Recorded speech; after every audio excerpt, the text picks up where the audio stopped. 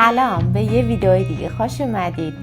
این ویدیو مخصوص پلیلیست پترنامونه که قراره کلی پترن هیجان انگیز و جذاب و کاربردی توی این پلیلیست قرار بگیره. الانم چند تا پترن هست که میتونین برین ازشون استفاده کنین، ببینین و نکته های مفیدش رو یاد بگیرین. تصمیم گرفتم که آموزش رو بر اساس نقشه خونی پیش ببرم که با هم دیگه یک مروری هم روی نقشه خونی داشته باشیم، ولی بهتون تاکید میکنم که ویدیو رو حتما ببینین، چون توی نقشه هایی هم که وجود داره همیشه یه ایراداتی هستش که شما نیازه که یک بار هم از رو دست ببینین یا یک دور ببافین تازه متوجه بشین که این نقشه یه ایرادی داشته که اگر این ایراد برطرف بشه نتیجه نهایی کار یک جور دیگه ای میشه تا اون چیزی که شما از خوندن اون نقشه متوجه شدین و بافتین. پس بهتون پیشنهاد میکنم حتما ویدیوها رو ببینین و اینکه سعی کردم نقشه رو بهتون نشون بدم که واضح تر باشه مسئله برای شما. بریم که با هم دیگه بافت رو انجام بدیم. من دارم با نخ کتان میبافم، قله و متناسب با نخم انتخاب کردم، شماره 3 و شما میتونید با هر نخی که دوست دارین برای هر کاربرد، هر آیتمی که مد نظرتون استفاده کنید. میتونه کیف باشه، میتونه لباس باشه، میتونه پتو باشه یا هر آیتمی دیگه ای. میتونین از تمام پترن ها استفاده کنید. توی این ویدیو قرار با هم دیگه این پترن رو بررسی کنیم. خیلی ظاهر آسونی داره اما قلق و پیچیدگی خاصی داره که اگه رعایت نکنین اصلا چیزی که باید بشه نتیجه نمیده. حالا با هم دیگه قدم به قدم پیش میریم ببینیم که نتیجه به کجا میرسه. خوندن پترن همونطور که میدونید از نوار زنجیره شروع میشه و از قسمتی شروع میشه که زنجیره به تنهایی اومده و زنجیره و پایه چرخشی نداریم. ما به این پایه که جایگزین پایه های دیگه است میگفتیم پایه چرخشی. خب از نوار زنجیره شروع میکنیم به خوندن. من اینجا طبق نقشه میبینم که هر یک طرحی که قراره تکرار بشه، هر یک دونه الگوی من نوشته 4 زنجیره. اینجا من 6 تا الگو دارم و 24 تا زنجیره نیاز دارم، ولی وقتی این کل رو شمردم یک دونه زنجیره اضافه بود و این تعداد بود 25 تا. 2 تا هم اینجا اضافه است، پس یک دونه اینجا، 3 تا اینجا میشه چند؟ یک دونه اینجا، 2 تا اینجا میشه 3 تا زنجیره اضافه بر اون 4 تای تکرار. پس 3 تا زنجیره اول شروع میبافم و الگوشو هر 4 تا بهش اضافه میکنم. خب این از اینو ببافیم، تعدادی که میخوایم رو میبافیم و میریم با هم دیگه پایه ها رو اجرا کنیم. خب یک بار میچرخونم و گره اول رو میزنم و شروع میکنم زنجیره زدن. 1 2 3 3 تای اول، حالا 4 تا 1 2 3 4 یک طرح 1 2 3 4 دومی 1 2 3 4 3 4. بعد از این که اون اندازه‌ای که میخوایم رو زنجیره بافتیم، حالا باید 4 تا زنجیره اضافه تر ببافیم. خب 1 2 3 4 میشماریم روی زنجیره هفتم. 1 2 پس شد 6 تا. روی هفتمی برمیگردونم یه حلقه پشت قلاب روی زنجیره هفتم، پای بلند میبافم. 1 زنجیره، 1 پشت قلاب، یه لوپو نمیبافم، لوپ بعدی هر یک در میون 1 پایه میبافم.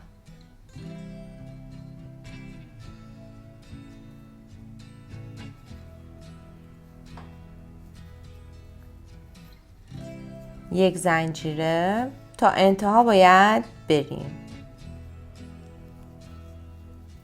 یک پایه. خب به این شکل نگاه کنین. هر یک زنجیره یک پایه. خب از لوپ پشت که میگیریم این قسمت بافتمونم تمیز در میاد. اینو تا انتها انجام بدین. خب ببینین الان ما این نوار زنجیره رو بافتیم. 4 تا رو بافتیم. یک در میون پایه بلند رو بافتیم. اومدیم به انتها آخرین پایه بلند رو هم بافتیم. حالا باید 4 تا زنجیره ببافیم. پایه بلند ببافیم. دوباره تکرار. و بعد از اینکه 2 تا پایه بلند بافتیم یک پایه دوبل میرسه به این نقطه. ببینین خیلی ساده کشیده، اما اگر ما همینو ساده بیایم ببافیم کارمون ممکنه اون چیزی که باید نشون بده رو نمیده. این پایه در اصل پایه برجسته هست. حالا من تو بافت نشون میدم که باید به چه شکلی این کار رو اجرا کنیم. این رو در نظر بگیریم. باید الان 4 تا زنجیره ببافیم. پایه زنجیره پایه پایه دوبل پایه زنجیره پایه پایه دوبل. این یک روند تکرار تا انتهای رجمونه. اینو انجام بدیم با هم. خب ببینین 4 تا زنجیره 2 3 4 روی اولین پایه پایه،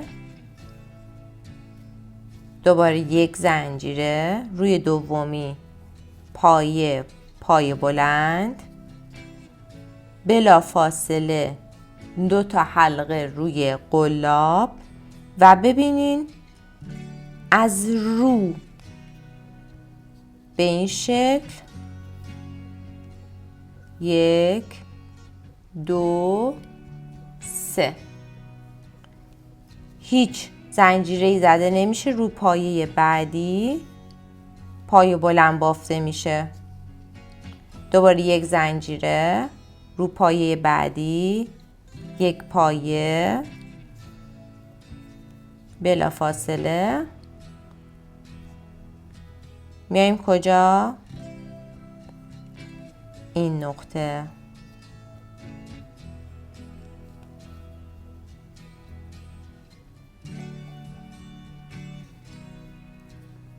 میبینین؟ به این شکل. دوباره یک پشت قلاب رو پایه بعدی، یک زنجیره رو پایه بعدی، بلا فاصله 2 تا پشت قلاب، این نقطه، 1 2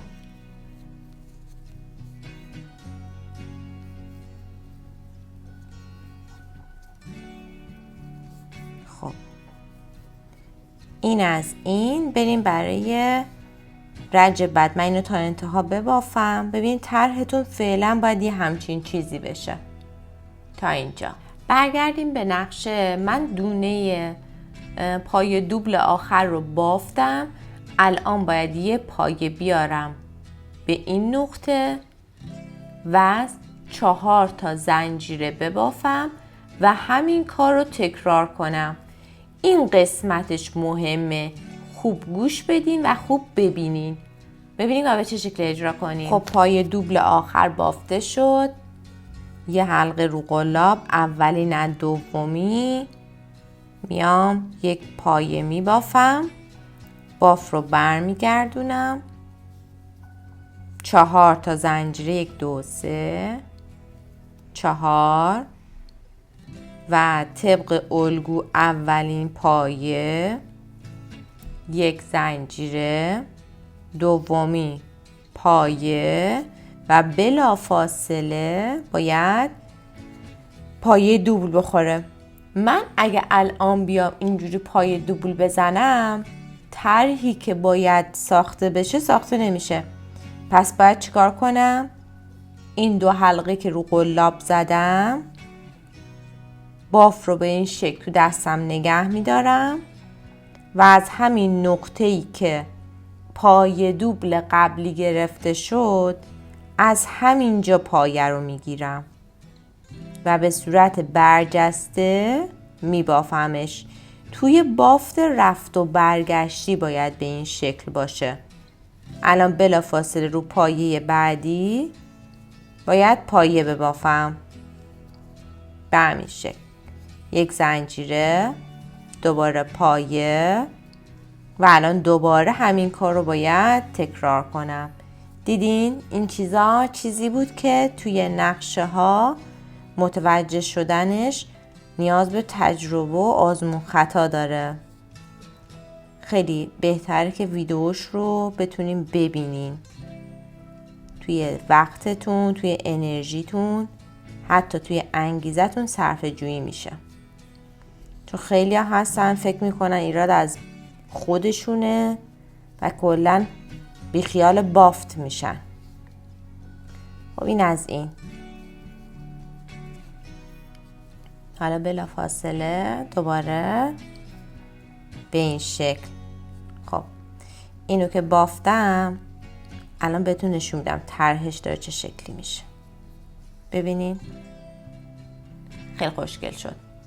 دوباره برگردیم به نقشه. ببینین دیگه از این قسمت دیگه تکرار میشه. این رج کاملا دست خودتونه.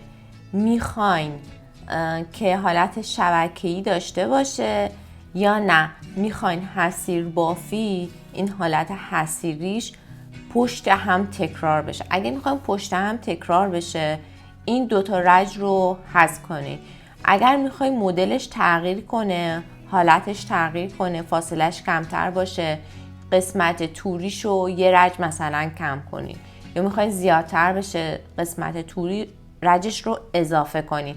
اینا همه دست خودتونه که تغییر بدین. این قسمت تکرار دقیقا همین قسمته که مجدد تکرار میشه. حالا من میخوام این قسمت رو یه رجش رو تور ببافم، رج بعدش رو میخوام این پترن رو دوباره تکرار کنم. کاملا همینه. اگر میخوایم ببینیم باید چجوری ببافین دوباره برگردین اول ویدیو رو نگاه کنین 4 تا زنجیره است.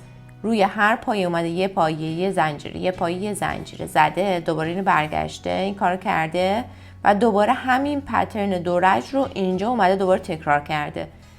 خب این از این. من حالا میبافم که به عکس کاور ویدیو برسونم کارو. من حالا یه رجش رو توری میزنم، یه رجش رو دوباره این کار انجام میدم و دو رج بالاش هم میخوام 2 تا پشت هم تکرار کنم. این کار انجام بدم تو ویدیو بهتون نشون میدم چی میشه نتیجه. 2 نمونه رو براتون بافتم که یکیش تمام طرحه و هیچ بافت توری بینش نیست. خب به این شکل وای میسته که احساس میکنم دو رج اگه تر بندازه اصلا برای هدبند، کمربند یا هر چیز تزیینی دیگه خیلی جالب و جذاب میشه. و اینم که ما بینش بافت شبکه‌ای خورد و این طرح با فاصله اجرا شد. برای لباس، برای کیف به نظرم گزینه خوبیه. میتونین حسابی ازش استفاده ببرین توی آیتم های متنوع. خب اینم از این آموزش. امیدوارم که از دل این آموزش نکته‌ای باشه که به دردت خورده باشه. پلیلیست پترن های قلاب بافی رو از این لینک که اینجا میذارم میتونین ببینین. بقیه مدل ها رو از دست ندین. سعی میکنم طرح‌های متنوع و جذاب و کاربردی براتون انتخاب کنم. تا ویدئوی بعدی و آموزش بعدی، خدا نگهدار شما.